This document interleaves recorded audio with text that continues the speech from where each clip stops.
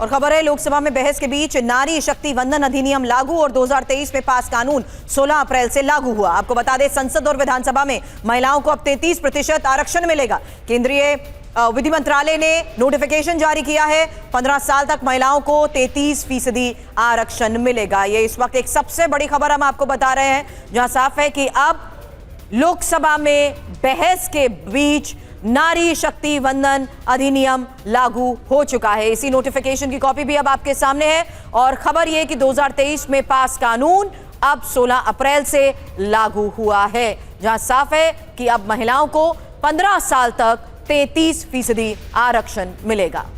और देखिए 2023 का कानून लागू करने पर कांग्रेस को ऐतराज है। जयराम रमेश ने कहा कि पूरी तरह विचित्र फैसला है। संशोधनों पर चर्चा के बीच बिल लागू होने से मैं हैरान।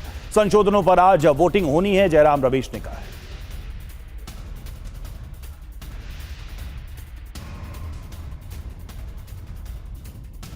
जल्द आपको बताते हैं क्यों जारी की गई है 2023 कानून की अधिसूचना, क्योंकि पुराना बिल लागू करना एक तकनीकी और प्रक्रियागत कदम है और साथ ही नारी शक्ति वंदन अधिनियम में संशोधन बिल पर चर्चा चल रही है।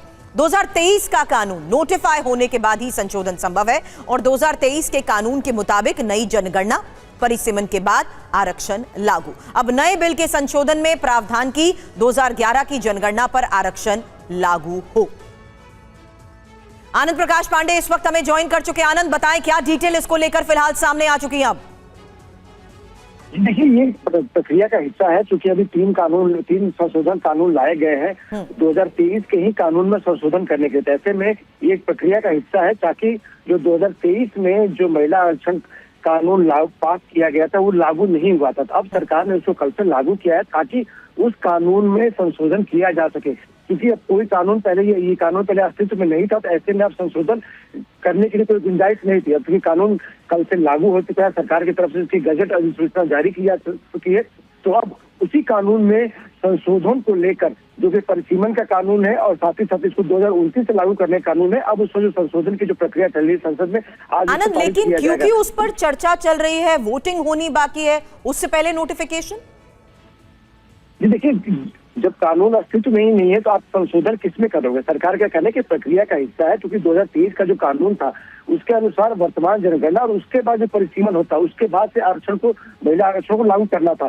लेकिन अभी जो संशोधन कानून लाया जा रहा है उसके मुताबिक 2011 के सेंसस के मुताबिक परिसीमन होगा, उसके बाद उसी के आधार पर आरक्षण लागू होगा। तो ऐसे में सरकार का कहना है कि ये प्रक्रिया का हिस्सा है, क्योंकि जो 2023 के कानून था वो लागू नहीं हुआ था। अब सरकार ने उसको लागू किया है।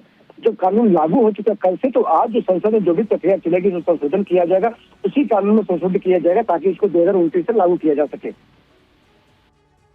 बिल्कुल, जैसा कि आपने बताया कि इसे लागू कर दिया गया है और अब उसमें जो संशोधन के प्रस्ताव है उस पर आगे की संसदीय कार्यवाही होगी। शुक्रिया आनंद आपका।